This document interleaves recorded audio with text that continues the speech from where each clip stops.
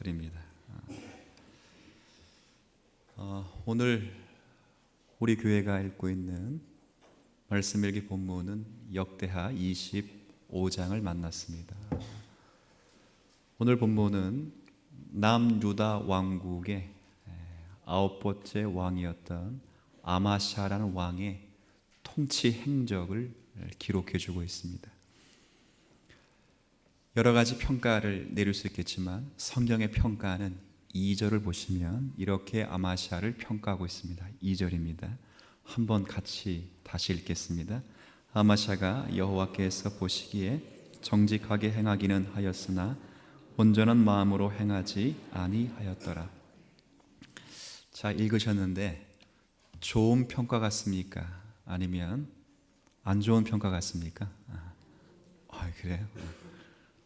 만약에 제가 주님사랑교회 담임 목사로 목양하고 있는데 하나님께서 먼 훗날에 저를 평가하실 때 안종성 목사, 그래, 정직히는 행했는데 온 마음으로 행하지는 아니했다, 이렇게 말하면 그게 호평입니까? 혹평입니까? 상당히 듣기 민망한 그런 평가겠죠. 25장은 2절의 평가가 왜 그렇게 평가될 수 없는가를 설명하고 있는 것입니다. 왜 그렇게 평가될 수밖에 없는가를 설명하고 있는 그런 내용입니다. 그래서 오늘 25장의 내용을 근거로 해서 아마샤 왕이 여호와께서 보시기에 정직하게 행한 것은 무엇이고 또 하나님께서 보시기에 온전한 마음으로 행하지 않은 것은 무엇인지를 살피면서 하나님께서 21세기를 살아가는 저와 여러분에게 주시는 주의 교훈에 마음의 무릎을 꿇기를 바랍니다. 우선 첫 번째 먼저 살펴볼 것은 여호와께서 보시기에 정직하게 행한 것이 무엇인가 하는 내용입니다. 아주 잘 표현되어 있는 구절인데요, 4절 말씀 한번 보시죠. 제가 3절을 읽고 여러분이 4절을 읽으시면 됩니다. 제가 3절 읽습니다. 그의 나라가 곧게 섬에 그의 부왕을 죽인 신하들을 죽였으나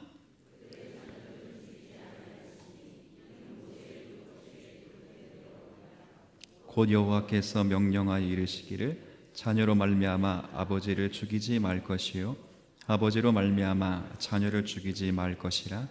오직 각 사람은 자기의 죄로 말미암아 죽을 것이니라 하셨더라.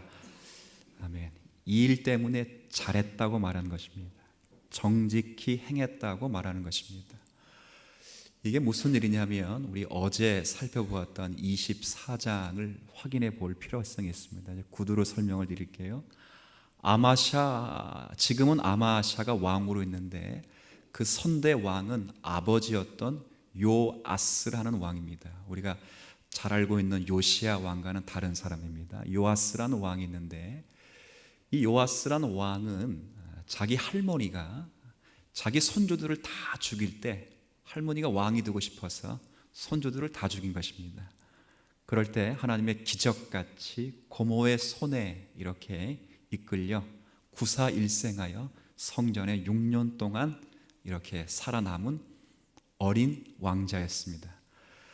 그러다가 7살 된 해에 왕으로 등극해서 그가 제사장이 살아있을 동안은 정직하게 행했으나 제사장이 죽고 난 이후에 그가 악행을 일삼게 됩니다. 하나님 말씀을 확인하지 않고 범죄하게 되자 하나님께서 선견자를 보내서 요아스 왕을 꾸짖는 것입니다. 근데 그 꾸짖는 소리가 듣기 싫다고 해서 선견자를 돌로 쳐 죽였습니다. 하나님이 그 악행을 심판하시기 위하여 아람 군대를 보내셔서 유다 나라로 하여금 전쟁에 승리케 하시고 결국 유다 나라의 왕이었던 요아스 왕이 전쟁에서 입은 상처 때문에 결국 어려움을 겪게 되었습니다. 근데 문제는 그렇게 상처를 입은 요아스 왕을 신하들이 주목하고 있다가, 그러니까 죽일 기회를 엿보았다가 절호의 찬스를 만난 것입니다. 그러니까 신하들이 예전에 자신의 선견자를 죽였다는 이유로 요아스 왕을 반역하여 왕을 부상당한 그 자리에서 또 칼로 쳐 죽인 것입니다. 그리고 나서 요아스의 아들을 왕으로 옹립하고 세월이 좀 흘렀습니다. 처음에는 이 아마샤가 아버지의 뒤를 이어서 왕이 될 때 힘이 없습니다. 자기 아버지를 죽인 자들이 버젓이 장관하고 있고 국방부 장관 이런 장관들을 하고 있는데 너무도 참 어처구니 없는 일들이 벌어지는데 힘이 없어 그들을 죄를 묻지 못하다가 이제 아마샤 왕이 어느 정도 권력의 기반을 탄탄히 다지자 아버지를 죽인 자를 이렇게 찾아내서 그의 신하들을 죽이는 내용입니다.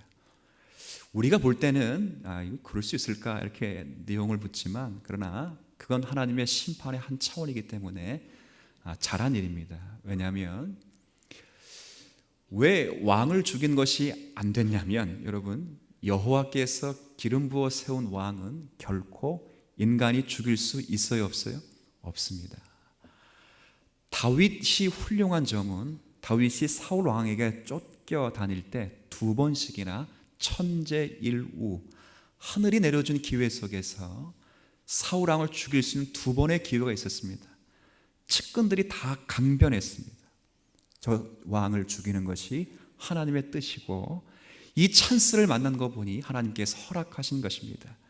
지금 죽이지 않으면 결코 기회가 다시는 찾아오지 않습니다. 그때 다윗이 무슨 말을 했죠? 여호와께서 기름 부어 세운 왕을 죽이는 것은 여호와께서 뭐 하신 일이라고요?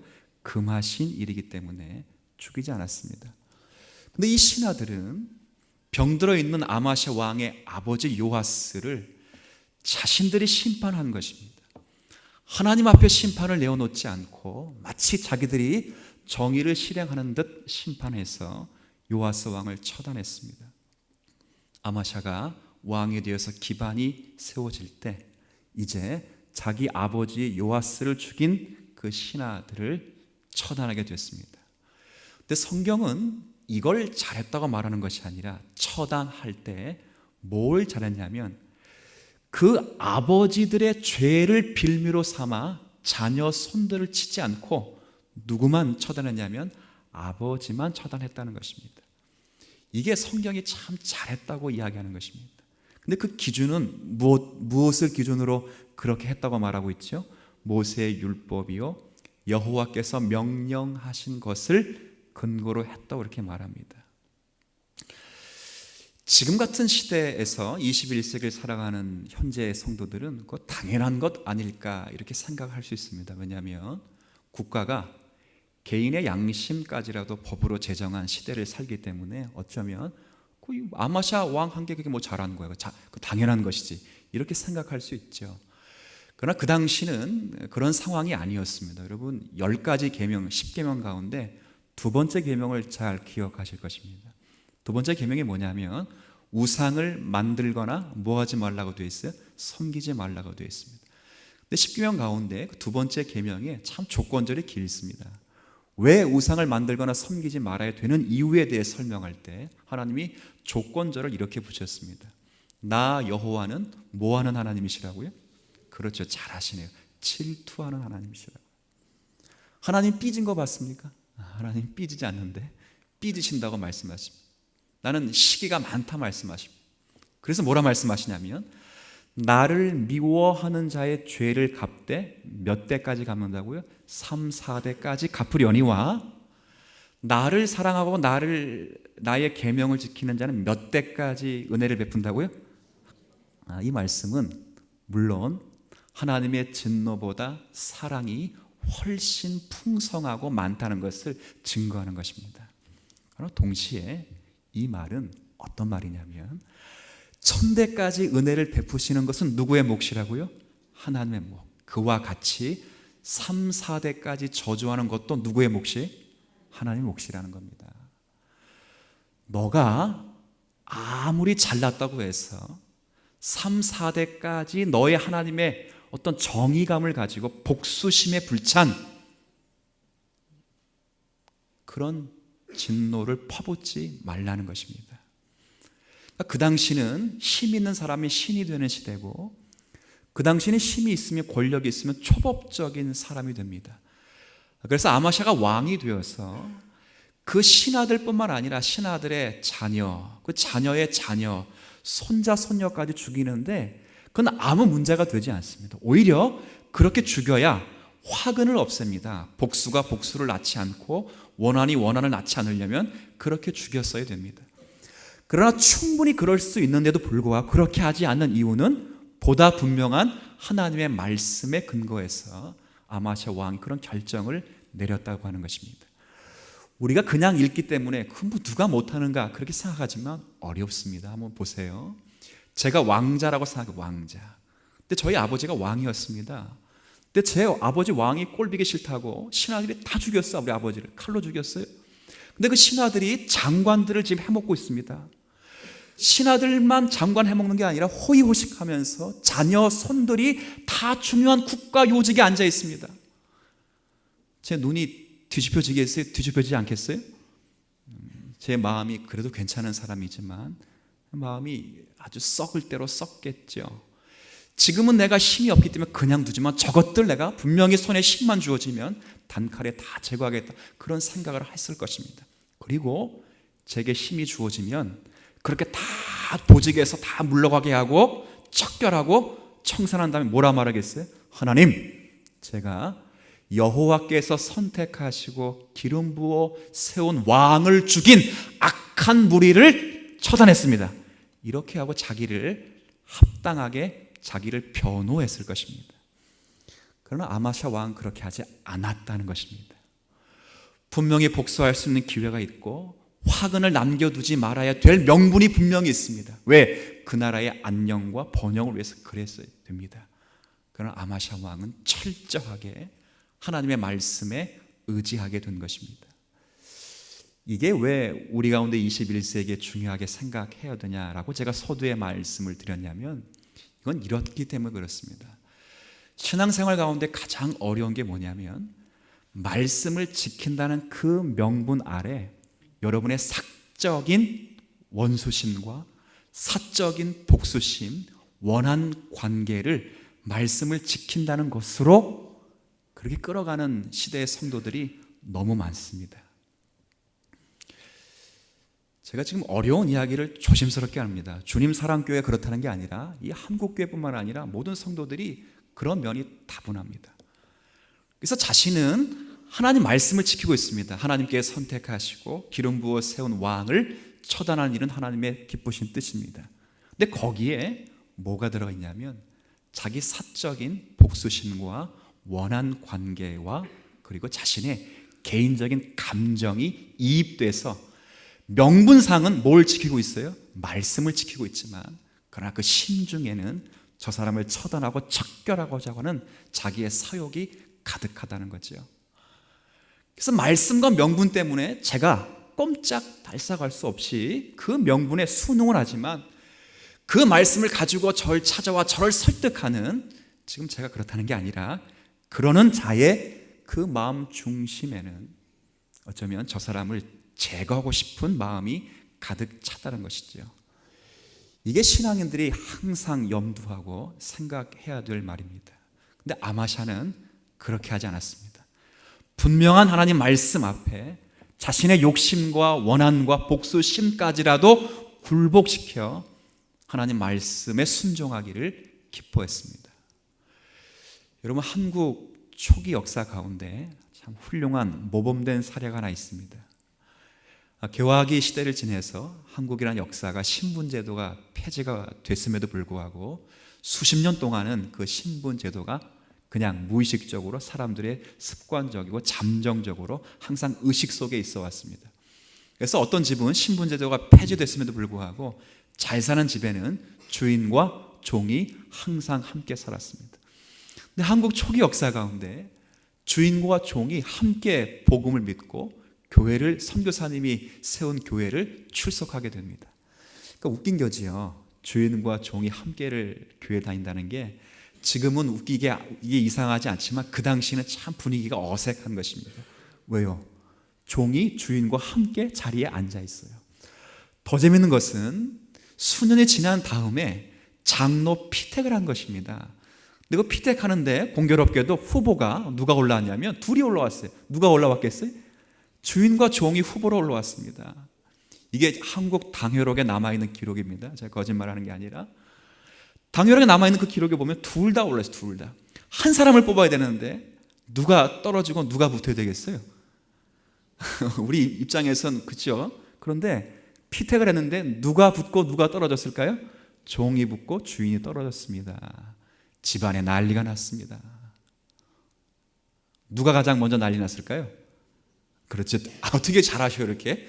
아내가 난리가 났습니다. 아내가 저 종 쫓아내야 된다고. 그럼 자기가 다음 후보자가 되잖아요. 그런데 그 주인이 참 멋있습니다. 성경을 읽다가 베드로서를 읽으면서 베드로가 하신 교회에 주신 권면의 말씀을 따라 장로들에게 순복하라라는 말씀을 읽고 철저하게 자기 종에게 순종하며 교회를 섬겨나갔습니다. 참 멋있지 않습니까? 전 그거 읽을 때 눈물이 났는데 여러분 감성이 그런데요 훗날에 그 떨어진 장로님이 또 피택에서 장로가 됐고 나중에 그분이 한국교회를 이끌어 가신 귀한 목사님이 되셨습니다. 여러분 만약 그 자리에서 거기에 자신의 명분을 내세운다고 하면서 자기 사역으로 그 종을 쫓아냈다면 한국교회의 아름다운 미덕은 발생하지 않았을 것입니다. 제가 이 말씀을 근거로 해서 여러분에게 부탁드리고 싶은 것은 조심스럽기 때문에 부탁드린다 말하는 것입니다.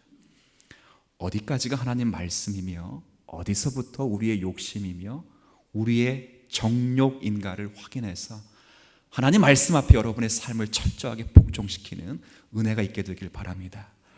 저 사람이 믿기 때문에 저 사람을 죽이기 위해서 하나님의 말씀을 도구로 삼지 말아주시길 바랍니다.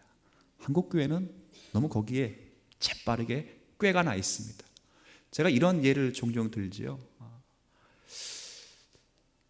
식칼을 준비하려다가 여러분 놀라실까봐 칼을 무시무시한 칼을 새벽에 우리 어머니가 들고 나를 딱 맞았어요. 그럼 어머니가 그 칼 가지고 뭐 하시는 거죠? 그렇죠. 도마를 하시는 거죠. 근데 동일한 그 칼을 낯선 사람이 새벽에 나를 딱 보고 만났어요. 그럼 그 사람 뭐 하는 사람입니까? 우리 집 가정부 둔 건 아니잖아요. 그죠? 그 사람은 강도입니다. 동일한 칼을 누가 들었느냐에 따라서 한 사람은 살리는 칼이 되고 한 사람은 죽이는 칼이 됩니다. 말씀 자체가 나쁘진 않습니다. 그러나 말씀을 어떻게 선용하고 사용하는가에 따라서 하나님의 뜻이 되고 뜻이 되지 않느냐가 달려 있습니다. 아마샤는 이 걸음을 잘 걸었습니다. 분명히 죽여야 되죠. 하나님의 심판을 다 진행시켜야죠. 그래서 그 집안의 원한을 다 쓸어 없애야죠. 그게 맞지요. 그렇게 왕이 한다고 누가 손가락질 할 왕이 없고, 우리 영화 같은 데 보면 3족을 멸하고, 중국은 스케일이 크기 때문에 몇 족을 멸하죠? 9족을 멸하죠. 다 멸합니다. 당연한 것입니다. 그러나 아마샤 왕이 그렇게 하지 않은 이유는 하나님의 보다 분명한 말씀, 자녀의 죄를 따라 아비를 죽이지 말고 아비의 죄 때문에 자녀를 죽이지 말라고 하신 하나님의 명령에 근거하여 자기의 모든 자존심, 정욕까지라도 그 말씀 앞에 순종하게 될 것입니다. 주님 사랑교회를 이루고 있는 모든 성도 여러분, 여러분이 이 말씀에 유념해서 말씀 앞에 여러분을 철저하게 복종시키길 바라고, 우리가 이 말씀을 지내고 있는 우리의 신앙의 삶이 정말 거기에 나의 욕심이 개입되지 않았는가 철저하게 자신을 돌아보는 이 말씀 됐으면 좋겠습니다. 두 번째는 정직히 행했다고 말했습니다. 그걸 정직하게 행했다고 말한 것입니다. 그럼 두 번째는 온전하게 행하지 않았다고 말했는데, 온전하게 행하지 않은 것이 무엇인가를 또 한번 확인해 봐야 되죠. 이 온전하다는 말이 참 재밌습니다. 우리나라 말은 온전하다 되어 있지만 영어를 보면 온전하다는 말이 똑같은 온전하다지만 이렇게 되어 있습니다. 전심으로 충심으로 되어 있습니다. 그러니까 하나님 말씀은 행하기는 행했으나 뭐라고 되어 있냐면 전심으로 충심으로 행하지는 아니했다, 그렇게 평가를 하는 것입니다. 그러니까 뭘 충심으로 행하지 않았는가, 뭘 전심으로 행하지 않았는가. 여러분 14절 말씀이 이 내용을 잘 대변해 주고 있습니다. 14절 말씀.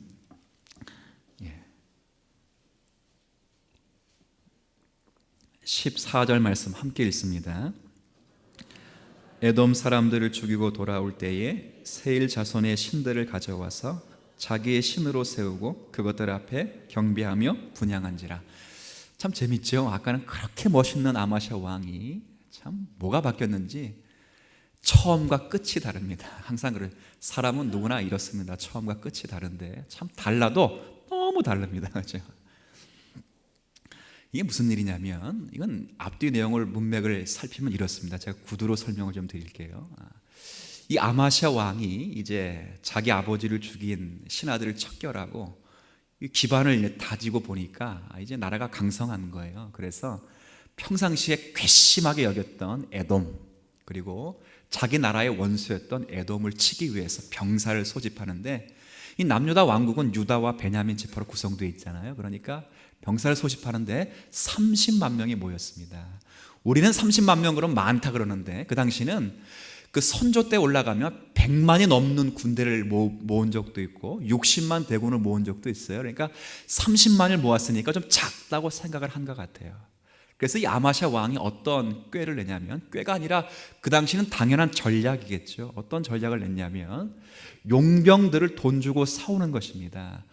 북이스라엘 나라는 참 잘 싸우고 자기보다 인구가 많으니까 그 나라에서 은 100달란트를 주고 큰 용사 10만 명을 용병으로 사왔어요. 돈 주고.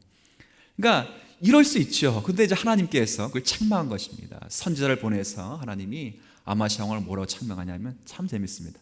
왕이시여, 힘으로 전쟁을 하십니까? 참 멋있죠. 그럴듯한 말을. 왕이시여, 전쟁을 힘으로 하십니까? 전쟁은 힘으로 하는 것이 아닙니다. 전쟁은 하나님의 은혜로 하는 것이고 하나님의 능력으로 하는 것입니다. 당신이 전쟁에 좀 승리해 보려고 은 100달란트를 구해서 용사 10만 명을 고용했지만 다 보내세요. 비록 유다 나라의 군사가 작고 초라할지라도 이 전쟁에서 하나님만 믿고 나간다면 이 전쟁은 승리하게 될 것입니다 라고 말씀을 한 거예요. 여기에 용케 순종하고 아마샤가 돈은 좀 아깝지만 이 은 100달란트가 얼마냐면요, 여러분 상상을 초월하는 건데, 덤프트럭으로 하면 3.5톤 가량 되는 은입니다. 그러니까 이건 어마어마한 돈이죠. 제가 계산이 안 됩니다. 복잡해서 얼마인지는. 그러니까 그 돈을 손해 보는 거죠. 그런 하나님 말씀을 믿고 나가서 실제 에돔이라는 나라를 대파하고 대승했습니다. 한번 이런 질문을 좀 해보죠. 자, 이렇게 승리하면 이 전쟁은 그러면 누가 이기게 하신 거죠? 하나님이 이기게 하신 거죠. 그런데 이렇게 보다 분명한 하나님의 승리의 대승을 거두고 이 아마샤 왕이 한 짓은 14절의 짓입니다. 전리품을 취해놓고 전리품 가운데 있는 우상을 자기 신으로, 중요한 단어는 자기 신으로 만들었다는 것입니다. 섬겼다는 말 앞에 있는 중요한 단어가 자기 신으로 만들었다는, 신, 이게 중요합니다. 분명히 전쟁은 하나님이 승리케 하셨습니다. 그렇죠? 근데 그 우상을 가져와서 자기 신으로 섬기고 있습니다. 이상한 거 발견되지 않았습니까? 원래 신으로 섬기려면 여호와의 신이 그 나라에 졌었어야 되죠. 그러니까 우상이 여호와보다 더 힘이 센 줄 알고 우상을 섬기면 모를까? 여호와가 분명히 승리했습니다. 우상은 깨졌습니다. 근데 깨지고 실패한 신을 가져다가 뭘로 섬기고 있어요? 하나님으로 섬기고 있다고요. 그러니까 다른 왕하고는 전혀 다른 모습을 보여줍니다. 만약에 에돔 나라가 이겼다면 여호와가 좀 잽이 안 되는구나, 에돔 나라의 신이 더 센가 보다 하고 에돔의 신을 섬기면 되는데, 여호와가 이겼다고요. 에돔이란 신이 형편없이 초라하게 그지없어요. 근데 그 신을 가져와서 자기 신으로 삼고 경배하게 된 것입니다. 하나님이 가만 있으시겠어요? 또 선지자를 보내죠. 보내서 뭐라 부르냐면, 왕이시여, 이 전쟁을 하나님께 승리케 하셨는데 왜 왕은 하나님께 영광을 올리지 않고 왜 우상에게 영광을 돌립니까? 그러니까 이 왕이 뭐라 말하냐면, 뭐라 말해야 되겠어요? 그렇게 물어보면 대답을 해요. 대답. 내가 이만저만해서 이렇게 했다, 이렇게 대답을 해야 되잖아요. 근데 대답을 하지 않고 네가 뭔데 내게 그런 말을 하냐. 더 쉽게 말하면 주둥이 함부로 놀렸다가 너 큰 코 다진다, 이렇게 대답을 한 것입니다. 이게 지금 뭘 말하고 있죠? 지금 아마샤 왕은 이 전쟁이 분명히 하나님께로부터 왔음에도 불구하고 하나님께로부터 온 전쟁이라고 인정하지 않고 이 전쟁의 승리의 주체가 자기라고 지금 착각하고 있는 것입니다. 뭐 때문에 그래요? 에돔이란 나라가 자기에게 절하고 있으니까 하나님이 강하다는 말을 못하고 자기가 강하다고 생각을 한 것입니다. 오늘 이 문제를 우리가 확인해야 됩니다. 아마샤가 승리한 것이 아니라 분명히 하나님이 승리하셨습니다. 근데 아마샤는 이 승리가 더 이상 주어질 복이 없다 생각하고, 이 승리가 자기로부터 주어졌다고 생각하고 뭐가 됐냐면 자기가 신이 되었습니다. 신이 되니까 자기가 신을 만들어 버리게 되죠. 여러분, 제가 재밌는 이야기 한번 해볼게요. 여러분께서 밖에 나가서 예수 그리스도를 전도할 때 사람들이 안 듣죠? 안 듣는데 여러분이 논리적으로 말을 못해서 안 듣는 것이 아니라 안 듣는 이유는 간단합니다. 왜요? 그 사람들이 자기가 자신을 뭐로 여기기 때문에 그래요? 신으로 여기기 때문에 그렇습니다. 자기 자신이 자신을 신으로 여기고 나 외에 다른 신을 섬기지 않기로 작정했기 때문에 여러분이 아무리 말을 잘해도 그렇게 마음 먹은 사람들에게 귀에는 소유의 경일기밖에 되지 않습니다. 지금 아마샤가 그런 처지가 됐습니다. 바깥 상황들이 다 자기가 원하는 대로 되자 결국 자기가 신이 되었습니다. 자기가 신이 되고 난 다음에 자기가 신을 고릅니다. 고르고 법칙을 만들고 경배의 법전을 만들어 버립니다. 이런 자리에까지 오게 됩니다. 근데 오늘 확인해 볼 말은 그럼에도 불구하고 하나님께서 아마샤에게 끊임없이 간섭하시면서 선지자를 보내고 계신다는 거예요. 그 정도 실패하면 야, 니랑 나랑 이제 끝났다, 여기서 끝나고 더 이상 이제 대화하지 말자, 이렇게 하시고 심판하시면 되잖아요. 근데 그렇게 하지 않고 끊임없이 선지자를 보내면서 그로 책망을 하게 합니다. 그건 다른 이유에 있는 것이 아니라 아마샤 왕의 승리가 아니라는 것을 가르쳐 주고 싶어서 그렇게 말씀하는 것입니다. 왜요? 이 전쟁은 아직 끝난 것이 아니기 때문에 그렇습니다. 분명 아마샤 본인이 승리했다고 말하고 이 승리가 자신에게 있다 말하지만 그러나 하나님은 간섭하셔서 너가 승리한 것이 진정한 승리가 아니라 너가 이 승리에 실패하고 있다는 것을 하나님께서 말씀하고 싶어서 그런 것입니다. 여러분, 이런 말 많이 하죠. 예수 믿고 승리했다, 이런 말 쓰시지 않습니까? 우리가 종종 쓰는 말 가운데 내가 예수 믿고 승리했다 이렇게 말을 하는데, 예수 믿고 승리했다는 게 어디까지 연결돼야 되냐면 지금 자신이 누리고 있는 기회, 자신이 받고 있는 모든 환경과 조건이 하나님이 아니고서는 내게 허락된 것이 하나도 없다는 것을 인정하고, 뿐만 아니라 지금 내가 누리고 있는 모든 것이 하나님의 것이고 나는 하나님의 은혜로만 서 있다는 것을 인정하셔야만 여러분이 지금 승리한 삶을 사는 것입니다. 만약에 그렇지 않고 승리했다고 하는 그 승리의 환경이 그래도 내가 좀 믿음이 있는가 보지, 그래도 내가 좀 기도는 좀 하지, 그래도 내가 좀 설교는 좀 하지, 내가 다른 사람보다는 조금 낫지 라는 식으로 여러분이 여러분을 평가한다면 여러분은 지금 모든 승리한 자리에 여러분들만 실패하고 있다는 것을 성경이 우리에게 말씀해 주고 있는 그런 내용입니다. 우리가 이 말씀을 가지고 곰곰이 생각해 볼 것은 뭐냐면 온전한 마음으로 자신을 살펴야 될 것인데, 그것은 바깥을 살피지 말고 안을 살펴보라고 하는 내용입니다. 우리가 신앙생활하면서 가장 중요하게 생각하는 것은 바깥을 살필 필요가 없고 어디를 살피라고요? 여러분의 내면을 살피는 것이 가장 중요한 신앙에 요청되는 자세입니다.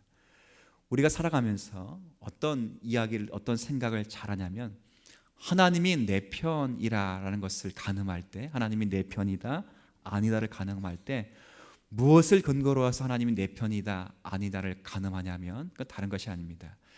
여러분이 소원하고 꿈꾸는 것이 현실화되면 하나님은 내 편이고, 여러분이 기도하고 꿈꾸고 여러분이 소원하는 것이 현실화되지 않으면 하나님은 내 편이 아니게 된 것으로 가늠합니다. 그렇게 하지 말라는 것입니다. 하나님이 내 소원, 내 꿈에 대해서, 내가 이루고 싶은 비전에 대해서 현실에 이루어 주시든 안 이루어 주시든 여러분의 내면이 지금 누구 안에 있는가를 근거로 해서 우리가 승리했다는 것을 확인해 두시라 그 말입니다. 오늘 성경은 그 이야기를 하는 것입니다. 무엇을 살펴보라고요? 안을 살펴보라는 말씀입니다. 하나님, 나는 연약하고 죄 많은 인생이기 때문에 하나님께서 처음부터 끝까지 나를 도와주셔야만 됩니다 라고 말할 수 있는 성도는 지금 승리한 성도로 이 땅 가운데 있는 것입니다. 비록 이 세상에서 나를 죽일 것 같이 덤빌지라도, 나는 그것 때문에 좌절하고 넘어지고 쓰러질지라도 내가 절대 기죽지 않는 단 한 가지 이유는 이 세상 뒤에서 세상보다 강하시어 세상을 당신의 역사 섭리 가운데 준행하고 계시는 하나님이 나의 아버지시란 사실 때문에 여러분이 오늘의 마음을 가지고 계시다면 여러분들은 승리한 것입니다. 단순히 내가 이렇게 기도했는데 왜 안 주셨는가, 혹은 내가 이렇게 기도했는데 주셨다고 말하는 그 현실화된, 정례화된 그 것만 갖고 하나님이 내 편이다, 하나님이 승리했다, 내가 승리했다 말하면 그건 실패자라는 것입니다. 교회 가운데 제일 무지한 사람이 어떤 사람인지 아세요? 교회 가운데 가장 무지한 사람은 자기가 법칙을 만들어내고 그 법칙의 공식대로 하면 기도에 응답을 받는다고 말하는 사람들이 제일 무서운 사람입니다. 이런 사람은 누구도 못 말린다고요? 이런 사람들은 말하지만 하나님도 못 말리는 사람입니다. 왜요? 아마샤랑 똑같습니다. 아마샤가 신을 자기 신으로 섬기고 법전을 만들고 법칙을 만드는 것은 이와 같은 공식으로 하면 다 나와 같이 뭐 할 수 있다는 거예요? 성공할 수 있다는 것입니다. 성공은 그렇게 주어지는 것이 아닙니다. 바깥을 살펴서 환경 때문에 내가 성공했다, 승리했다 말하는 것이 아니라 이 땅 가운데 초라하게 삶을 살지라도 일용할 양식이 주님께로부터 온 것을 절감하는 성도는 승리한 것입니다. 그러면 주기도문에서 난 이렇게 생각해요. 주기도문 가지고 정말 감사하는 분 가운데 일용할 양식을 정말 주님께서 주셨다고 감사하는 분 여기 얼마나 계실까? 이렇게 물어볼게요. 하루 내일 아침에 때거리 없어 기도하시는 마음으로 손 들어보세요. 저도 안 들었어요. 아무도 없다고요. 그런데 일용할 양식을 놓고 감사한다는 게 뭡니까? 그것조차도 하나님이 주시지 않으면 먹을 수 없다라고 절감하는 성도가 승리한 성도라는 것입니다. 우리가 이걸 놓치고 있습니다. 아마샤 왕의 승리한 그 승리가 바깥을 살폈습니다. 내가 편하고 내가 유리하고 내가 원하는 것을 취할 때 교만해서 하나님의 필요를 거절하고 자신의 신을 지정하고 만들어서 자기와 같이 법칙을 따라 살면 성공의 법칙이라고 만들었습니다. 그러나 성공의 법칙은 없습니다. 헛된 꿈을 꾸셔도 안 됩니다. 오직 우리의 승리는 지금 절실히 여러분이 있는 상황과 이 자리에 내가 누구를 의지하고 있는가를 정당히 물으셔야 될 것입니다.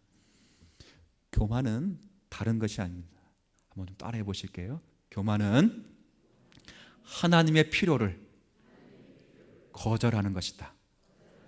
교만은요, 목이 뻣뻣하고 말이 거칠고 인사 안 하고 그게 아닙니다. 그건 교만한 자의 특성이고, 교만은 하나님의 필요를 뭐 하는 사람이 거절하는 겁니다. 이것 자체가 교만입니다. 일용할 양식 자체를 거부하는 것, 그게 교만입니다. 자기의 수중에서 모든 것을 할 수 있다고 말하고 이렇게 저렇게 하면 하나님 복 주신다 말하는 것 자체가 교만입니다. 하나님은 법칙에 매이지 않습니다. 인간은 시간에 매이고 역사에 매이고 환경에 매일지라도 하나님은 절대 매이는 법이 없습니다. 왜요? 하나님은 창조주이시기 때문에 그렇습니다. 우리의 잔꾀에 넘어가지 않습니다. 근데 우리는 어떤 생각을 하냐면 하나님이 내 시간표 안에 움직여 주셔야만 하나님이 날 사랑한다고 말씀하십니다. 이게 아마샤와 똑같은 것입니다. 뭘 살피라고요? 안을 곰곰이 살펴보십시오.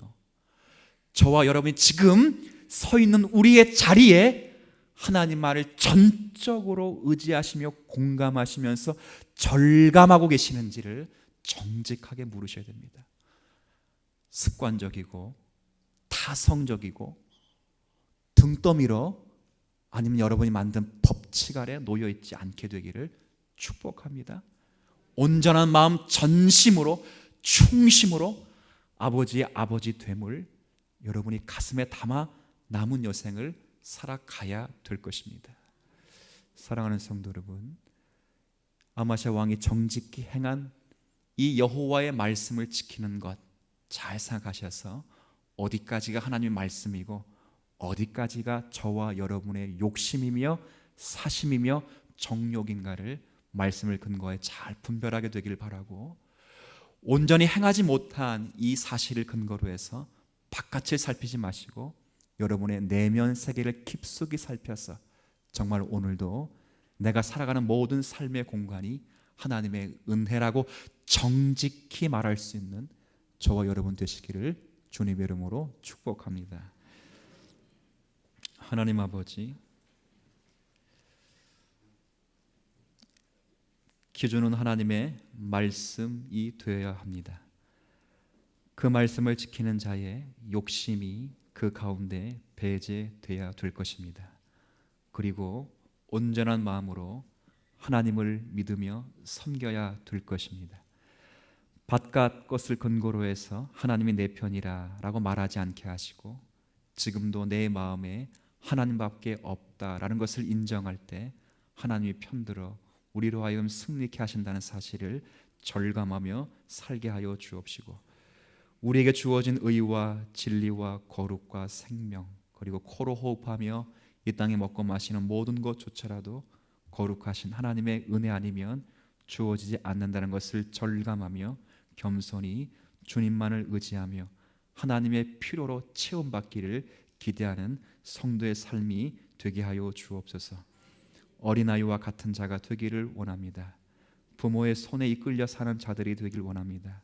부모 없이는 살아갈 수 없는 정직한 아이들의 고백이 우리의 고백이 되게 하여 주시고, 하나님 없이는 이 세상 한 걸음조차도 걸어갈 수 없다는 것을 가슴에 깊이 느끼며 살아가도록 우리를 주의 말씀으로 인도하여 주옵소서.